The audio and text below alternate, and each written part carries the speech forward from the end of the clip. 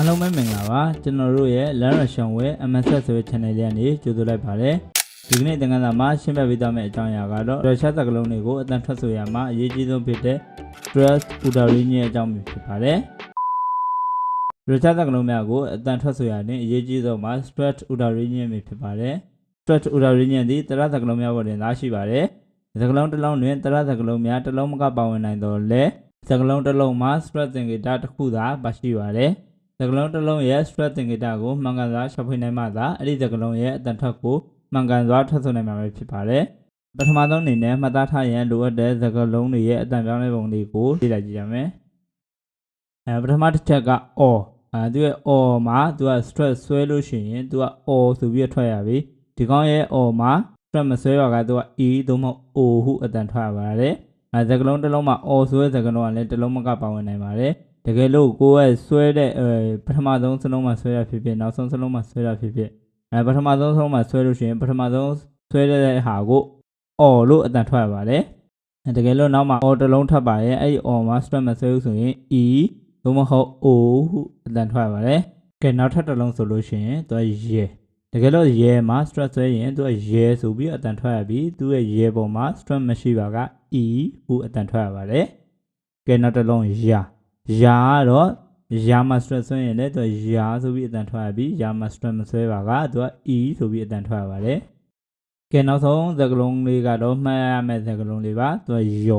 ယောဆိုတဲ့စကားလုံးသူကယောဆိုတဲ့စကားလုံးဟာအမြဲတမ်းသူ့ရဲ့အပေါ်မှာ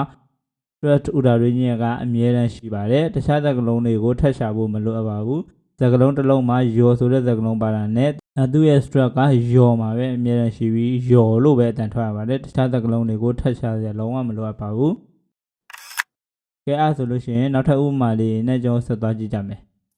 ကဲပထမဆုံးအခနောကဲဒီတစ်လုံးမှာဆိုရင်ဒီကောင်ကတစ်လုံးမှာဆိုလို့ရှိရင်ဒီမှာဆိုလို့ရှိရင်တရအခက်နှလုံးပါတယ်ပထမဆုံးရှာလိုက်မယ်ဆိုရင်တရအခက်နှလုံးပါတယ်ပြင်ဘယ်တစ်လုံးမှာထွက်မှလဲဆိုရင်နောက်ဆုံးတစ်လုံးမှာထွက်တယ်သူကအားကြောင့်နော်ဆိုပြီးအော်ဆိုပြီးထွက်ပါတယ်သူကဒီမှာကျတော့အော်ဆိုပြီးထွက်ပါတယ်သူကနဲနဲ့အော်နဲ့ဆိုရင်နော်ဖြစ်သွားပြီးတော့ရှေ့ကအော်ကကျတော့ဒီအော်ကကျတော့အတန်ထွက်ရပါတယ်အတန်ထွက်ရဖြစ်တဲ့အတွက်ကြောင့်ဒီကောင်ကိုအခနောဆိုပြီးတော့အတန်ထွက်ဆိုရပါတယ်နောက်ကအော်မှာထွက်တဲ့အတွက်ကြောင့်ရှေ့ကကောင်ကဒီကောင်က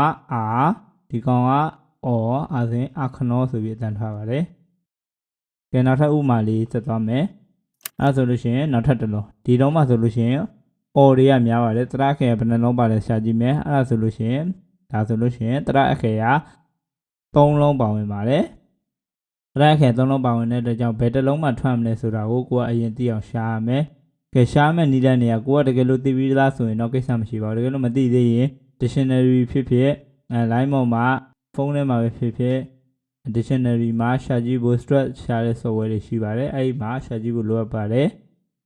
အဲဆိုရင်ဒီတစ်လုံးဆိုရင်ဘယ်မှာရှိရလဲဆိုတာကိုရှာကြည့်မယ်ဒါဆိုလို့ရှိရင်ဒီတစ်လုံးကဟိုးနောက်ဆုံးမှာရှိပါတယ်အဲကြောင့်နောက်ဆုံးစလုံးကို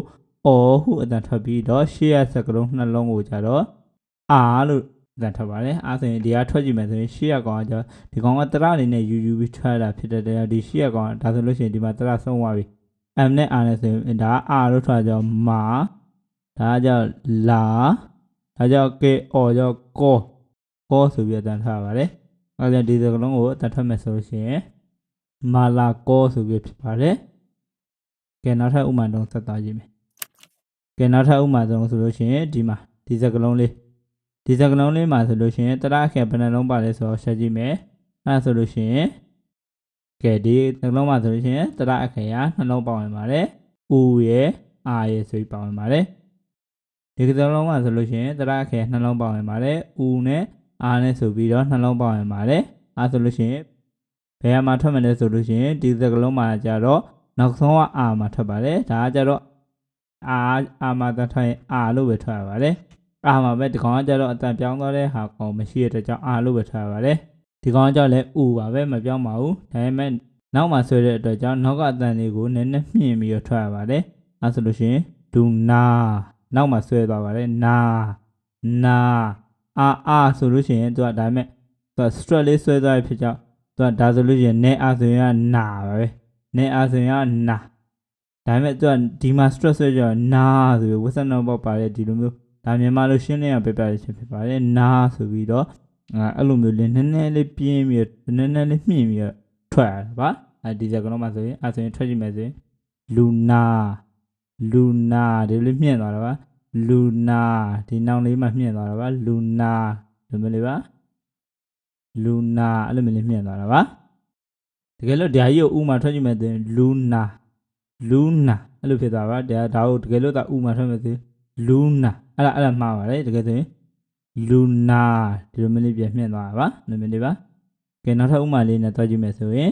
ကဲဒီစကားလုံးမှာဆိုလို့ရှိရင်စကားလုံး3လုံးပဲပါဝင်တယ်ကဲတရခဲဘယ်နှလုံးပါလဲရှာကြည့်မယ်အဲ့ဒါဆိုလို့ရှိရင်ဒီကောင်းမှာတရခဲတစ်လုံးပဲပါတာဖြစ်တဲ့ကြောင့်ဒီတရခဲတစ်လုံးမှာပဲ strat udarinian ကရှိပါတယ်အပေါ်မှာသတိထားမိလားမသိဘူးတကယ်လို့ beginner ဆောက်တည်ထဲမှာဆိုရင်စကားလုံးတစ်လုံးဆိုရင်သူ့ရဲ့ strat သင်္ကေတလေးဘယ်နားမှာဆွဲရလဲဆိုတဲ့ကောင်လေးကိုပြထားပါတယ်ဥပမာဒီပေါ်သင်္ကေတလေးနဲ့အမြဲတမ်းပြပါတယ် beginner ဆောက်တည်များမြတ်တော်တော်များများမှာဆိုလို့ရှိရင်အဲ့လိုမျိုးလေးပါနေပါတယ်ဒါဆိုလို့ရှိရင်ဒီမှာဒီလိုမျိုးလေးပြပါတယ်ဒီလိုမျိုးလေးဒီသင်္ကေတလေးနဲ့ပြပါတယ်အဲ့ဆိုလို့ရှိရင်ဒီမှာ strat ရှိရဆိုတဲ့သဘောပါ beginner ဆောက်တော်တော်များများမှာဆိုလို့ရှိရင်အဲ့လိုမျိုးရေးပါတယ်တကယ်လို့ကိုကအဲ့ beginner ဆောက်ထမဲ့ဒီလိုမရေးထားဘူးကိုက strat မသိဘူးဆိုပြီးစဉ်းစားကြမလိုပါဘူးတကယ်တော့ကဒီ O မှာတစ်လုံးနဲ့တရခဲတစ်လုံးထဲမှာရှိတဲ့အတွက်ကြောင့်ဒီတစ်လုံးထဲမှာပဲ strat ရှိရဆိုတဲ့သဘောကိုဆိုလိုတာပါအဲ့ဆိုလို့ရှိရင်ဒီကောင်အတန်ထွက်မယ်ဆိုလို့ရှိရင် O မှာထွက်တဲ့ကြောင့်ဒါဆိုလို့ရှိရင်တွေ့လားဒီမှာဆိုလို့ရှိရင်သင်္ကေတအခရာလေးမပြတော့ဘာဖြစ်လို့မပြတော့အောင်ဆိုလို့ရှိရင်သူကတစ်လုံးပဲရှိလို့ပါအားကြောင့်ဒီကောင်အတန်ထွက်မယ်ဆိုလို့ရှိရင် dom အဲ့လိုမျိုးလေးပါ dom အတန်တစ်တန်ပဲရှိပါတယ်ကောင်းပါဒီအပေါ်ကောင်ဆိုလို့ရှိရင်တရနှလုံးဖြစ်တဲ့ကြောင့်အတန်2တန် luna အဲ့လိုမျိုးလေးပါကဲဒီကအပေါ်ကောင်ကျတော့အတန်3တန်တရ3လုံးဖြစ်တဲ့တရ3တန်မာလာကောအဲ့လိုမျိုးလေးပါမာလာကောအဲ့လိုမျိုးလေးထွက်တာပါကဲအဲ့ဆိုရင်နောက်တစ်လုံးကိုတွက်ကြည့်မယ်ကဲနောက်တစ်လုံးကဲဒီမှာဆိုလို့ရှိရင်5လုံးရှိတယ်ကဲကျွန်တော်တရခဲလေးမပြခင်အရင်ဆုံးရှာကြည့်ကြပါကဲတရခဲကိုရှာလို့ပြီးသွားလို့ရှိရင်တရခဲဘယ်နှလုံးပါလဲကြည့်ကြမယ်အဲ့ဆိုလို့ရှိရင်ဒီမှာဆိုလို့ရှိရင်တရခဲက2လုံးပါပါတယ်ဥပမာကိုကသာအတန်ပြောင်းတဲ့ကောင်တွေဖြစ်မှာသာအတန်ပြောင်းတဲ့ကောင်တွေကိုစဉ်းစားကြရလို့ပါဒီ E ရော R ရောဆိုလို့ရှိရင်အတန်တွေကပြောင်းတယ်မလို့ပါဘူး E ဆိုရင် E ပဲထွက် R ဆိုရင် R ပဲထွက်အဲ့လိုထွက်ရတာပါအဲ့ဒါဆိုရှင်ဒီကောင်ရဲ့ strat udarinian ကဘယ်မှာရှိလဲဆိုလို့ရှိရင်သူက E ကဲဒီမှာ E မှာရှိပါတယ် E အားကြောင့်ဒီကောင်ကိုထွက်မယ်ဆိုလို့ရှိရင်ဒီကောင်ကstrat နှလုံးပါတဲ့အတွက်ကြောင့်အတန်2တန်ဖြစ်ပါတယ်အဲ့ဆိုလို့ရှိရင်သူက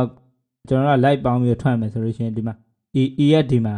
တရနှလုံးအဲ့ဆိုရင်ဒီရှေ့ကနှလုံးကကျတော့ဒီ E ပေါ်သွားပြမှုတည်ပြီးထွက်မယ်ကဲဒီကောင်မူတည်ထွက်ပဲဒီမှာကြံခဲ့တဲ့နှလုံးနဲ့ဒီခဲနဲ့ R နဲ့ကဲဒီမှာနှလုံးအဲ့နှလုံးတော်တော်ထွက်မယ်အဲ့လိုမျိုးပါအဲ့ဆိုလို့ရှိရင်ဒီကောင်ရဲ့အတန်တော့က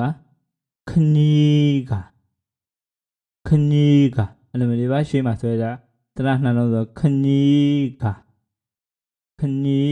ကအဲ့လိုမျိုးလေးပါဒီကပထမဆုံးလေးဆွဲပြီးလို့ရှိရင်ဒီလိုမျိုးလေးပြန်ထားပါခနီးကအဲ့လိုမျိုးလေးပါကဲအဲ့ဆိုလို့ရှိရင်နားလည်လိမ့်မယ်လို့မျှော်လင့်မိပါတယ်ဒီ strat ကိုကောင်းမွန်စွာရှာဖွေနိုင်မှုအတွက်အလေးချင်းများများလုပ်ပေးဖို့လိုအပ်ပါတယ်စကားလုံးတိုင်းကိုသိဖို့ဆိုတာစကားလုံးတစ်လုံးကိုအတန်ထွက်ကိုမှန်ကန်ထွက်ဆိုနိုင်နေပြီဆိုလို့ရှိရင်strat ဘယ်နာသိလဲဘယ်က strat လဲဆိုတော့စဉ်းစားကြရမလို့ပေမဲ့ဒါပေမဲ့စကားလုံးတစ်လုံးကိုမသိဘူးအတန်ဆက်ထွက်တော့မယ်ဆိုတဲ့အချိန်ကြလို့ရှိရင် strat ကဘယ်အလုံးမှာရှိလဲဆိုတဲ့အဟာကိုမူတည်ပြီးတော့စဉ်းစားရပါတယ်ဒီလိုမျိုးပြောင်းလဲကြရမလို့တဲ့တရအတန်ပြောင်းသွားခြင်းမရှိတဲ့တရတွေဆိုလို့ရှိရင်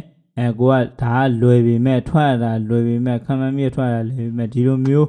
အော်တွေကြီးပဲပေါ့အော်တွေကြီးပဲဆိုလို့ရှိရင်ကဲဘယ်အလုံးမှာကိုက stress ဆွဲလဲဆိုတော့အတိမရမှာပါကဲဒီကိုကျွန်တော်တို့မှားပြီးဒီကောင်တော့ပြီး stress ဆွဲမယ်ရင်မောဆိုပြီးဖြစ်တော့မောလှကအတန်တော့မှားပါလေအဲ့လိုမျိုးပါဒီမဲ့လော